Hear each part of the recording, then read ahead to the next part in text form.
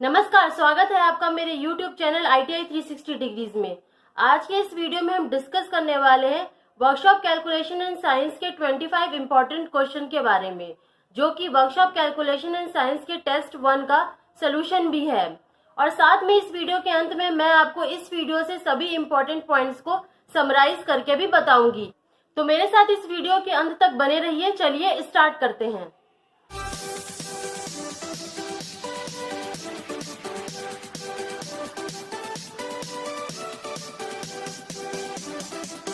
Question number 1 है, what denotes letter M in MKS system.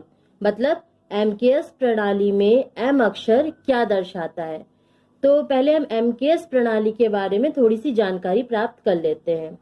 MKS प्रणाली भौतिक इकाइयों के मापन की वह प्रणाली है जिसमें मीटर, किलोग्राम और सेकंड को मूल मात्रकों के रूप में उपयोग करते हुए भौतिक इकाइयों को अभिव्यक्त किया जाता है। इसका मतलब है कि एमकेएस प्रणाली में मीटर, किलोग्राम और सेकंड इन यूनिट्स का प्रयोग करके फिजिकल क्वांटिटीज को अभिव्यक्त किया जाता है। एमकेएस प्रणाली के अलावा कुछ अन्य प्रणालियां हैं जिनका उपयोग भौतिक इकाइयों के मापन में किया जाता है, जिसमें से पहला है एसआई सिस्टम, यानी कि इंटरनेशनल सिस्टम ऑफ यूनिट। इस सिस्टम का प्रयोग अंतरराष्ट्रीय स्तर पे किया जाता है। एसआई सिस्टम में लेंथ को मीटर में, मास को किलोग्राम में और टाइम को सेकंड में अभिव्यक्त किया जाता है। दूसरा है एमकेएस प्रणाली, जिसको हमने अभी देख लिया है। एमकेएस प्रणाली में लेंथ को मीटर में, मास को किलोग्राम में और टाइम को सेकंड में अभिव्यक्त किया जाता है। नेक्स्ट है सीजीएस प्रणाली, जिसमें लेंथ यानी कि लंबाई को सेंटीमीटर में, मास यानी कि द्रव्यमान को ग्राम में और टाइम यानी कि समय को सेकंड में अभिव्यक्त किया जाता है। नेक्स्ट है ब्रिटिश प्रणाली, या जिसे एफपीएस प्रणाली भी कहा जाता है। इस प्रणाली में लेंथ को फुट में, मास को पाउंड में और टाइम को सेकंड में अभिव्यक्त किया जाता है। यह टॉपिक बहुत ही आसान है और इससे पूछे जाने वाले क्वेश्चन बहुत आसान बनते हैं और अक्सर एग्जाम में पूछे भी जाते हैं। तो आप इस चार्ट द्वारा आसानी से सभी प्रणालियों का एक कंपैरिजन करके सारी चीजों को याद रख सकते हैं। तो चलिए अब हम अपने क्वेश्चन की तरफ बढ़ते हैं कि क्वेश्चन में ऑप्शन में क्या क्या दिया हुआ है।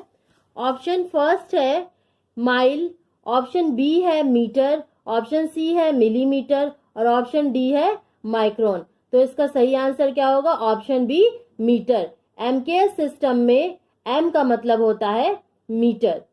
क्वेश्चन नंबर 2 है, what are the 2 classifications of system of unit. मतलब इकाइयों की प्रणाली के 2 प्रकार कौन से हैं। तो ऑप्शन चेक कर लेते हैं। ऑप्शन ए है British and metric, option B है ग्रेविटेशनल एंड नॉन ग्रेविटेशनल, मतलब गुरुत्वाकर्षण और गैर गुरुत्वाकर्षण, ऑप्शन सी है फंडामेंटल एंड डिराइव्ड, मतलब मौलिक और व्युत्पन्न, ऑप्शन डी है मेट्रिक एंड इंटरनेशनल। तो जो ब्रॉडली या बेसिकली जो यूनिट्स को या इकाइयों को 2 ब्रॉड या मेजर पार्ट में डिवाइड किया जा सकता है, वो है फंडामेंटल एंड डिराइव्ड यूनिट्स, यानी कि मौलिक और व्युत्क्रम इकाइयां। तो इसका सही आंसर क्या होगा? Option C. चलिए अब हम जान लेते हैं कि फंडामेंटल यूनिट्स और डिराइव्ड यूनिट्स क्या होता है।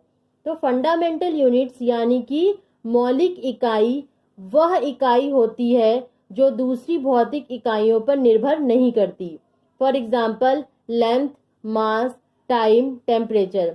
इसी प्रकार डिराइव्ड यूनिट्स या व्युत्पन्न इकाइयां वह भौतिक इकाइयां होती हैं जो अन्य भौतिक इकाइयों पर निर्भर करती हैं, जैसे कि वॉल्यूम, स्पीड, एक्सीलरेशन आदि। क्वेश्चन नंबर 3 है, what is the HCF of 18, 42 and 24। मतलब 18, 42 और 24 का एचसीएफ क्या है। तो इस क्वेश्चन को सॉल्व करने से पहले हम एचसीएफ को थोड़ा सा रिवाइज कर लेंगे। एचसीएफ यानी कि हाईएस्ट कॉमन फैक्टर। 2 या 2 से अधिक संख्याओं का महत्तम समापवर्तक या एचसीएफ वह सबसे बड़ी संख्या होती है जो प्रत्येक संख्या को पूर्णतः विभाजित करती है। एचसीएफ ज्ञात करने की 2 विधियां होती हैं। पहला भाग विधि और दूसरा अभाज्य गुणनखंड विधि। इन दोनों विधियों को हम अपने प्रश्न की सहायता से समझते हैं। तो पहली विधि है भाग विधि या डिवीजन मेथड।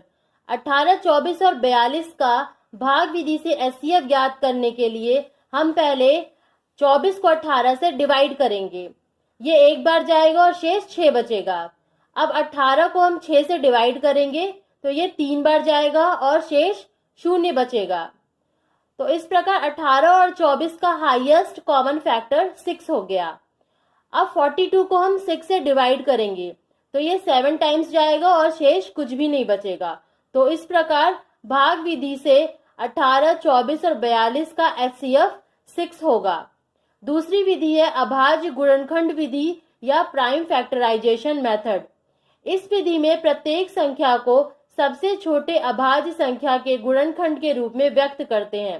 जैसे कि 18 को हम लिखेंगे 2 to the power 1 into 3 square, 24 को लिखेंगे 2 क्यूब into 3 और 42 को हम लिखेंगे 2 into 3 into 7।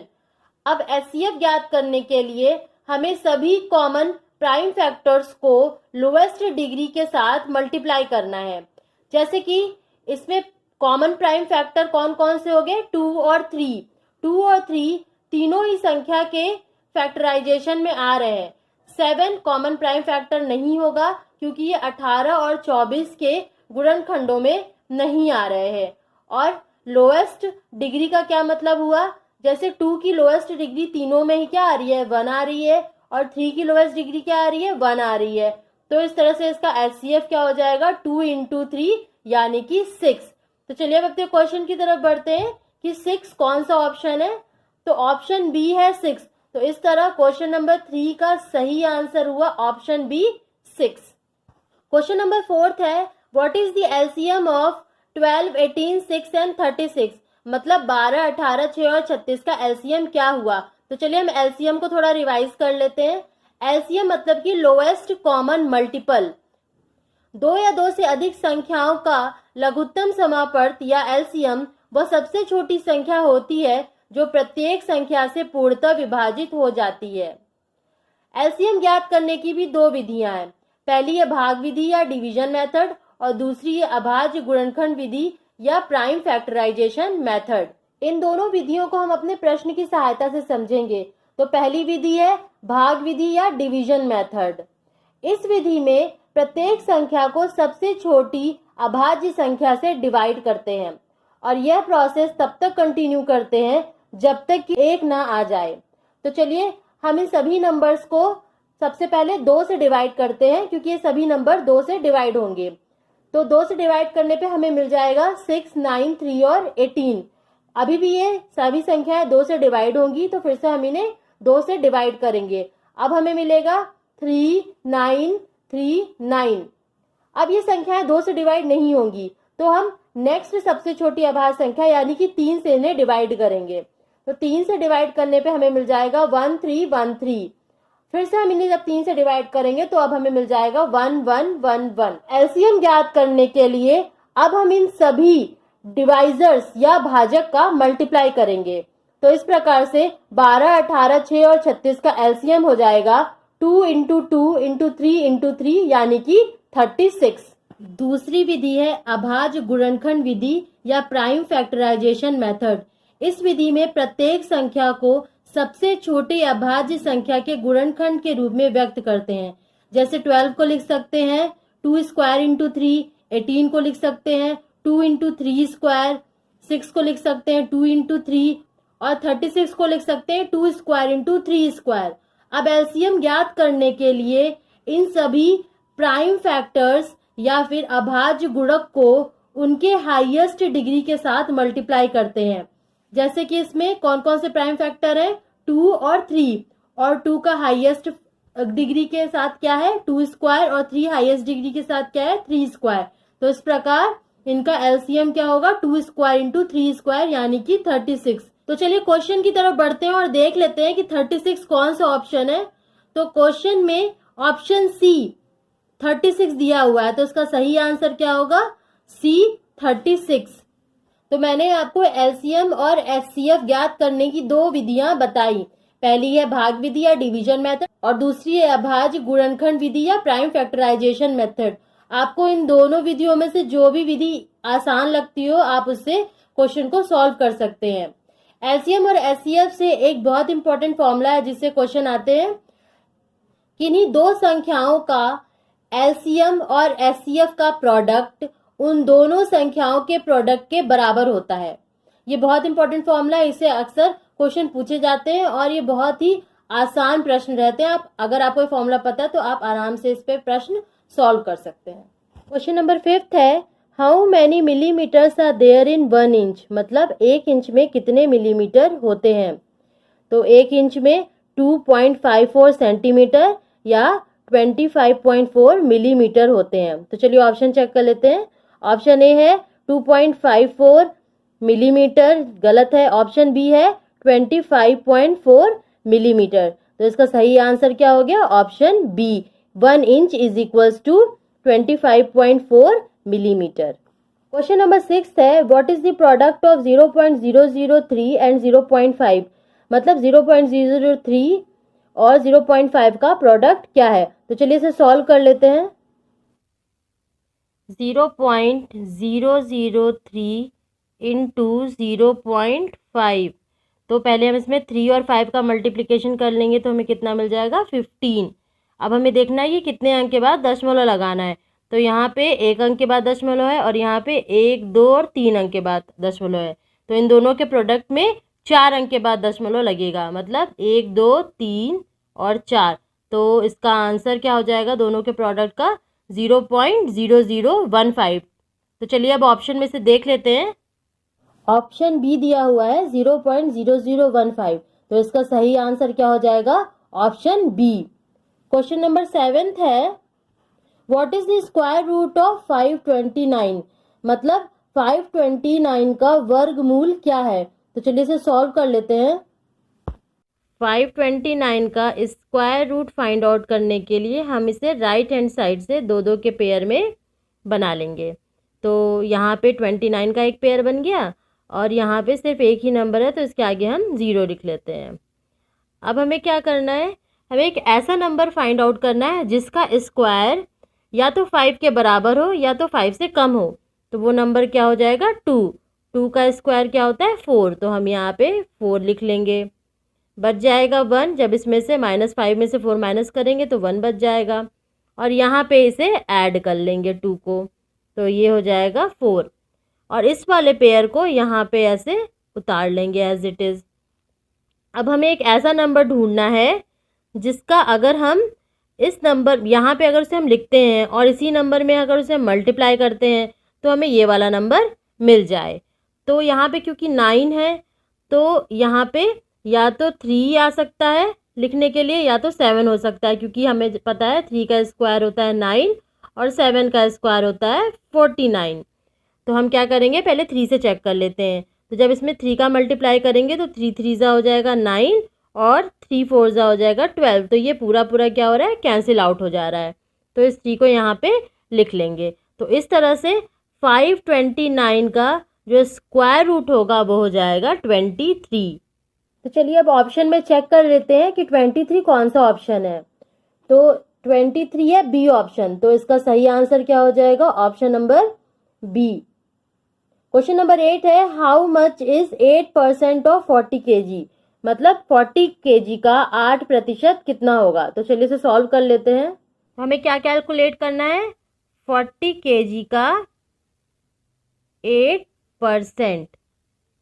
तो 8% को हम फ्रैक्शन के रूप में या भिन्न के रूप में लिख सकते हैं 8/100 और इसमें हम मल्टीप्लाई कर देंगे 40 का। तो जब इसे हम सिंप्लीफाई करेंगे तो ये 0 से 0 कैंसिल हो जाएगा, 2 से ये हो जाएगा 5 टाइम्स और ये हो जाएगा 2। तो ये कैलकुलेट करके क्या आ जाएगा? 16/5 में मिल जाएगा 3.2 kg, यानी कि 40 kg का 8% है 3.2 kg। तो चलिए अब हम ऑप्शन में चेक कर लेते हैं। ऑप्शंस में ऑप्शन नंबर बी है 3.2 kg, तो इसका सही आंसर क्या हो जाएगा? Option B. 40 kg का 8% होगा 3.2 kg। क्वेश्चन नंबर 9 है, what is the ratio of 4 kg to 800 grams. मतलब 4 kg और 800 ग्राम का अनुपात क्या है। तो चलिए इसे सॉल्व कर लेते हैं। हमें क्या कैलकुलेट करना है, हमें 4 kg और 800 ग्राम का अनुपात कैलकुलेट करना है। तो ये वाली क्वांटिटी है जो ये केजी में है और ये क्वांटिटी है वो ग्राम में है। तो जब भी अनुपात या रेशियो निकालना होता है तो जिन भी क्वांटिटीज़ का या संख्याओं का रेशियो निकालना होता है वो सेम यूनिट में होनी चाहिए। तो हम 4 kg को भी ग्राम में बदल लेते हैं। तो 4 kg इज इक्वल्स टू क्या हो जाएगा, 4000 ग्राम। ठीक है, 1 kg में 1000 ग्राम होते हैं। अब हम इसे सॉल्व कर देते हैं।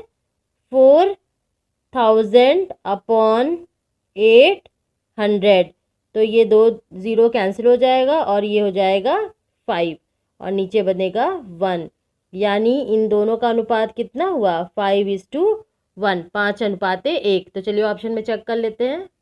तो ऑप्शंस में ऑप्शन ए है 5:1, तो इसका सही आंसर क्या हो गया, ऑप्शन ए। क्वेश्चन नंबर 10 है, which one is non metal. मतलब इनमें से अधातु कौन सा है। तो चलिए ऑप्शन चेक कर लेते हैं। ऑप्शन ए है मर्क्यूरी। मर्क्यूरी एक मेटल है और ये अकेला ऐसा मेटल है जो रूम टेम्परेचर पर लिक्विड स्टेट में रहता है। ग्रेफाइट, ऑप्शन बी है, ग्रेफाइट एक नॉन मेटल है। ऑप्शन सी है ब्रास। ब्रास कॉपर और जिंक की एक मिश्र धातु है। और ऑप्शन डी है आयरन। आयरन भी एक मेटल है। तो इसका सही आंसर क्या हो गया, ऑप्शन बी, ग्रेफाइट। यहाँ एक बहुत इंपॉर्टेंट चीज है जो मैंने आपको मर्क्यूरी के बारे में बताई है कि मर्क्यूरी अकेला ऐसा मेटल है जो कि रूम टेम्परेचर पर लिक्विड स्टेट में पाया जाता है। तो चलिए आगे बढ़ते हैं क्वेश्चन नंबर 11 की तरफ। क्वेश्चन नंबर 11 है, which metal contains iron as a major content. मतलब इनमें से किस धातु में प्रमुख सामग्री के रूप में लोहा होता है। तो चलिए ऑप्शंस चेक कर लेते हैं। ऑप्शन ए है ब्रास मेटल, मतलब पीतल धातु। ऑप्शन बी है ब्रॉन्ज मेटल, ब्रॉन्ज धातु इसे हिंदी में भी बोलते हैं। ऑप्शन सी है जिंक और ऑप्शन डी है फेरस मेटल यानी कि लौह धातु। तो इसका सही आंसर है ऑप्शन डी, फेरस मेटल या लौह धातु। फेरस मेटल या लौह धातु वे होते हैं जिनके मुख्य घटक के रूप में लोहा होता है। एग्जाम्पल के लिए mild steel, cast steel, high carbon steel, stainless steel इत्यादि। क्वेश्चन नंबर 12 है, which property of material enables to formation of permanent deformation without fracture. इसका मतलब है धातु का कौन सा गुण बिना फ्रैक्चर के स्थायी विरूपण के गठन में सक्षम होता है। तो इसका ऑप्शन चेक कर लेते क्या क्या है। ऑप्शन ए है इलास्टिसिटी, ऑप्शन बी है प्लास्टिसिटी, ऑप्शन सी है डक्टिलिटी और ऑप्शन डी है ब्रिटलनेस। तो पहले हम इन चारों के बारे में थोड़ी सी जानकारी प्राप्त कर लेते हैं। इलास्टिसिटी धातु का या किसी पदार्थ का वह गुण होता है जिसके कारण जब उस पे बाहरी बल लगाया जाता है तो उसमें विकृति यानी कि डिफॉर्मेशन तो पैदा होता है, परंतु बल हटाने पर वह अपनी मूल स्थिति में आ जाता है। मतलब इलास्टिसिटी में जब भी हम किसी बॉडी पे या किसी मटेरियल पे फोर्स लगाते हैं तो उसका शेप बदल जाता है, लेकिन जैसे ही हम उस फोर्स को हटा लेते हैं तो वो अपने ओरिजिनल शेप में वापस आ जाता है। इसका एग्जाम्पल क्या है, रबड़। प्लास्टिसिटी के बारे में थोड़ी जानकारी प्राप्त कर लेते हैं। प्लास्टिसिटी किसी पदार्थ का वह गुण होता है जिसके कारण जब उस पर बाहरी बल लगाया जाता है तो उसमें विकृति आती है और बल हटा लेने पर भी वह अपनी मूल स्थिति में वापस नहीं आता, तो उसे प्लास्टिसिटी कहते हैं। मतलब जब भी किसी बॉडी पे अगर हम फोर्स लगाते हैं तो उसमें विकृति उत्पन्न होती है, डिफॉर्मेशन तो आता है, उसका शेप बदलता है, और जब हम बल को हटा लेते हैं तब भी वो अपने ओरिजिनल शेप में वापस नहीं आता। तो इस गुण को क्या कहते हैं, प्लास्टिसिटी कहते हैं। प्लास्टिक मटेरियल का एग्जाम्पल क्या है, पीवीसी और पॉलीएथिलीन। नेक्स्ट क्या है, डक्टिलिटी। डक्टिलिटी किसी पदार्थ का वह गुण होता है जिससे उसको आसानी से खींचकर तार के रूप में बनाया जा सकता है। इसका एग्जाम्पल क्या है, कॉपर और एल्यूमिनियम, क्योंकि कॉपर और एल्यूमिनियम एक डक्टाइल मटेरियल होते हैं, इसीलिए इनसे बिजली के तार बनाए जाते हैं। ब्रिटलनेस क्या होता है?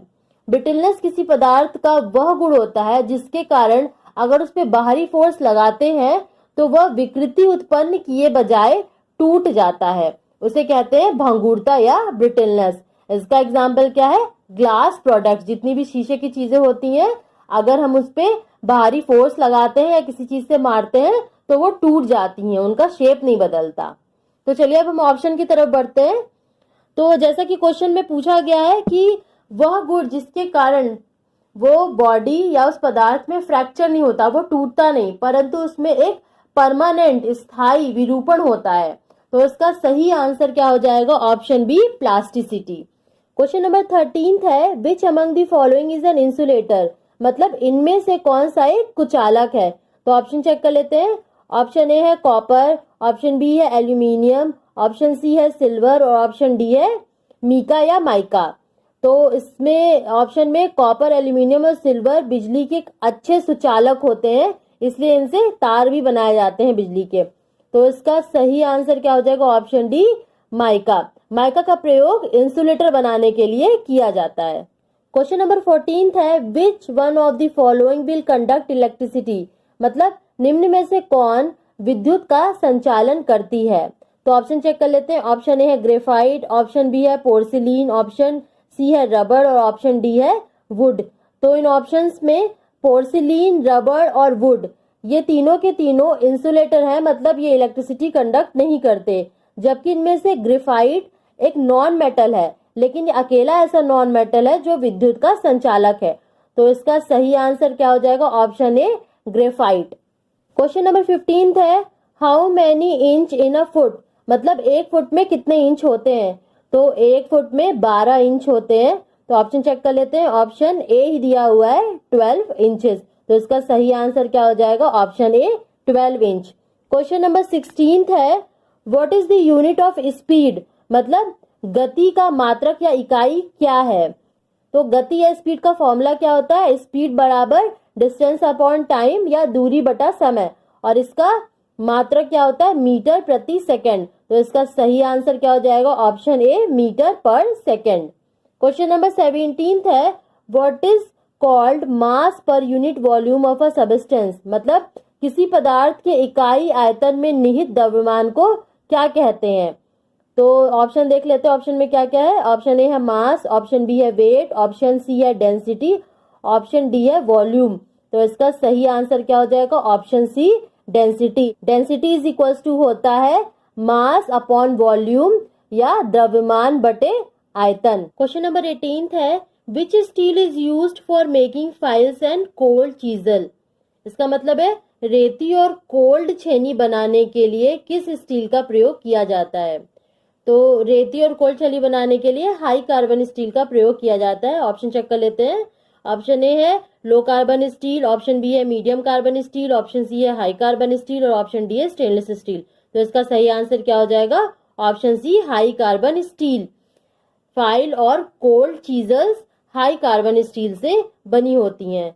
क्वेश्चन नंबर 19 है, what is the ore of aluminium? मतलब एल्यूमिनियम का अयस्क क्या है? तो एल्यूमिनियम का जो मुख्य अयस्क या मेन ओर होता है वो होता है बॉक्साइट। तो ऑप्शन चेक कर लेते हैं। ऑप्शन ए है हेमेटाइट, ऑप्शन बी है मैलेटाइट, ऑप्शन सी है बॉक्साइट और ऑप्शन डी है लिमोनाइट।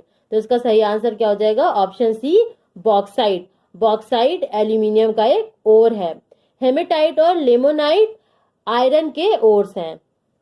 क्वेश्चन नंबर 20 है, what metals contained in brass alloy? मतलब ब्रास मिश्र धातु किन धातुओं से मिलकर बनी है?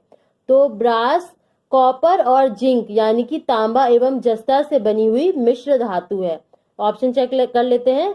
ऑप्शन ए है copper and aluminium, option B है copper and lead, option C है copper and zinc, option D है कॉपर एंड टिन। तो इसका सही आंसर क्या हो जाएगा? Option C, copper and zinc. Brass alloy copper और जिंक से मिलकर बना हुआ एक अलॉय है। क्वेश्चन नंबर 21 है, what is the decimal fraction of conversion of 18.5%? मतलब 18.5% को दशमलव भिन्न में बदलिए। तो चलिए इसे सॉल्व कर लेते हैं। 18.5% को हम फ्रैक्शन के रूप में या भिन्न के रूप में लिख सकते हैं 18.5/100। तो 18.5 को जब 100 से डिवाइड करेंगे तो 2 अंक के बाद दशमलव लग जाएगा, मतलब कि 0.185। तो चलिए अब ऑप्शन देख लेते हैं।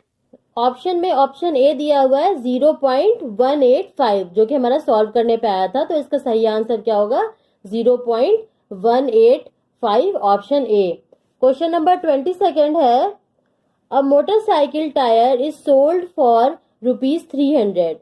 What is the purchase price if 25% profit is added to it? मतलब अगर एक मोटरसाइकिल के टायर को 300 रुपए में बेचा गया तो उसका क्रय मूल्य क्या होगा अगर उस पर 25% का लाभ कमाया गया हो तो चलिए इस क्वेश्चन को सॉल्व कर लेते हैं। तो प्रॉफिट परसेंटेज या प्रतिशत लाभ का फॉर्मूला होता है सेलिंग प्राइस, मतलब जिस मूल्य पे वस्तु को बेचा गया, माइनस कॉस्ट प्राइस, मतलब जिस मूल्य पे वस्तु को खरीदा गया, upon cost price into 100। Profit percentage या लॉस परसेंटेज कॉस्ट प्राइस पे कैलकुलेट किया जाता है। तो क्वेश्चन में क्या दिया हुआ है? सेलिंग प्राइस है 300 और प्रॉफिट परसेंटेज दिया हुआ है 25 और हमें कॉस्ट प्राइस को कैलकुलेट करना है। तो चलिए हम फॉर्मूले में पुट कर देते हैं।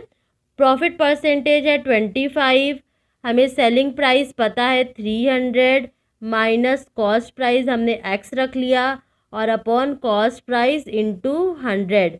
तो इस 100 को हम इधर ले जाएंगे तो ये हो जाएगा 1/4 is equals to 300 minus x upon x। तो इसे हम फिर से क्रॉस मल्टीप्लाई कर लेते हैं तो ये क्या आ जाएगा? x is equals to 4, 300 minus x, x is equals to ये हो जाएगा 1200 माइनस 4x, x को इधर ले आएंगे तो ये हो जाएगा 5x इज इक्वल्स टू हो जाएगा 1200। सो x इज इक्वल्स टू जब 1200 को 5 से डिवाइड करेंगे तो आएगा 240। मतलब उस वस्तु की यानी कि टायर की कॉस्ट प्राइस कितनी है? 240 रुपीज़। तो चलिए अब हम ऑप्शन में चेक कर लेते हैं। ऑप्शन ए दिया हुआ है 200 रुपीज़, ऑप्शन बी दिया हुआ है 220 रुपीज़, ऑप्शन सी दिया हुआ है 240 रुपीज़ एंड ऑप्शन डी दिया हुआ है 260 रुपीज़। तो इसका सही आंसर क्या हो जाएगा? Option C 240 rupees. Question number 23 है, what is the percentage of copper if the casting weight of copper is 42.3 kg and the tin weight is 2.7 kg? मतलब किसी मिश्र धातु में कॉपर का परसेंटेज कितना होगा यदि उसमें 42.3 kg कॉपर है और 2.7 kg टिन है। तो चलिए इस क्वेश्चन को सॉल्व कर लेते हैं। क्वेश्चन के अकॉर्डिंग मिश्र धातु में कॉपर का वेट दिया हुआ है 42.3 kg और जो टिन है उसका वेट दिया हुआ है कितना? 2.7 kg। तो क्योंकि ये मिश्र धातु कॉपर और टिन से मिलकर बनी हुई है इसलिए उस मिश्र धातु का वेट कितना हो जाएगा? इन दोनों को अगर हम ऐड कर देंगे तो हमें मिश्र धातु का वेट मिल जाएगा। तो उस अलॉय का वेट कितना हो गया? उस अलॉय का वो वेट हो गया 45 kg। अब हमें क्या ज्ञात करना है कि उसमें कॉपर का परसेंटेज कितना है। तो टोटल कॉपर परसेंटेज निकालने के लिए हमें क्या करना पड़ेगा? मिश्र धातु में कॉपर का वेट अपॉन मिश्र धातु का वेट इनटू 100। तो जब हम इसे सिंप्लीफाई करेंगे तो ये आएगा 94%। तो इसका सही आंसर क्या होगा? 94%। चलिए इसे ऑप्शन से चेक कर लेते हैं। ऑप्शन ए दिया हुआ है 92%, ऑप्शन बी है 94%, ऑप्शन सी है 96% और ऑप्शन डी है 98%। तो इसका सही आंसर क्या हो जाएगा? Option B 94%। क्वेश्चन नंबर 24 है, what is the mass if the density of a body is 7.6 ग्राम पर centimetre cube and its volume is 25 centimetre cube? मतलब क्या हुआ इसका? किसी बॉडी का द्रव्यमान क्या होगा यदि उसका घनत्व दिया हुआ है 7.6 ग्राम प्रति सेंटीमीटर क्यूब और उसका आयतन दिया हुआ है 25 या 25 सेंटीमीटर क्यूब। तो चलिए इस क्वेश्चन को सॉल्व कर लेते हैं। हमें क्वेश्चन में क्या क्या गिवन है? क्वेश्चन में हमें बॉडी की डेंसिटी गिवन है। डेंसिटी कितनी है? 7.6 ग्राम पर सेंटीमीटर क्यूब। और उसका आयतन यानी कि वॉल्यूम भी दिया हुआ है, कितना है? 25 सेंटीमीटर क्यूब। तो देखिए यहाँ पे ये ग्राम पर सेंटीमीटर क्यूब में है और जो आयतन है वो भी सेंटीमीटर क्यूब में है, तो हमें यूनिट कन्वर्जन करने की ज़रूरत नहीं है। तो हमें सबसे क्वेश्चन में हमें ये चेक करना होता है कि जो भी क्वांटिटीज़ दी हुई है वो सेम यूनिट में है कि नहीं, और अगर नहीं है तो हमें ध्यान से उन्हें एक ही यूनिट में कन्वर्ट करना है। मैंने आपको थोड़ी देर पहले बताया था कि डेंसिटी इज इक्वल्स टू क्या होता है? मास अपॉन वॉल्यूम, या फिर द्रव्यमान बटे आयतन। तो हमें क्वेश्चन में क्या क्या गिवन है? हमें क्वेश्चन में डेंसिटी गिवन है, हमें क्वेश्चन में वॉल्यूम गिवन है, और हमें मास कैलकुलेट करना है। तो चलिए इस फॉर्मूले में हम फिर सारे वैल्यूज़ को पुट कर देते हैं। डेंसिटी हो जाएगा 7.6, मास हमें कैलकुलेट करना है, वॉल्यूम दिया हुआ है 25, तो मास इज इक्वल्स टू क्या हो जाएगा? 7.6 इंटू 25। इसको जब आप मल्टीप्लाई करोगे तो आपको मिल जाएगा 190 ग्राम। तो चलिए अब हम ऑप्शन में चेक कर लेते हैं। ऑप्शन ए है 190 ग्राम्स, ऑप्शन बी है 200 ग्राम्स, ऑप्शन सी है 210 ग्राम्स, और ऑप्शन डी है 220 ग्राम्स। तो इसका सही आंसर क्या हो जाएगा? Option A 190 grams. Question number 25 है, what is the unit of acceleration of an object? मतलब त्वरण की इकाई क्या है? तो एक्सीलरेशन या त्वरण की इकाई होती है मीटर पर सेकेंड स्क्वायर। ऑप्शन चेक कर लेते हैं। ऑप्शन ए है मीटर पर सेकेंड, ये होती है स्पीड की यूनिट। ऑप्शन बी है मीटर पर सेकेंड स्क्वायर। तो इसका सही आंसर क्या हो जाएगा? Option B. एक्सीलरेशन की जो यूनिट होती है, त्वरण की इकाई होती है, वो होती है मीटर पर सेकेंड स्क्वायर।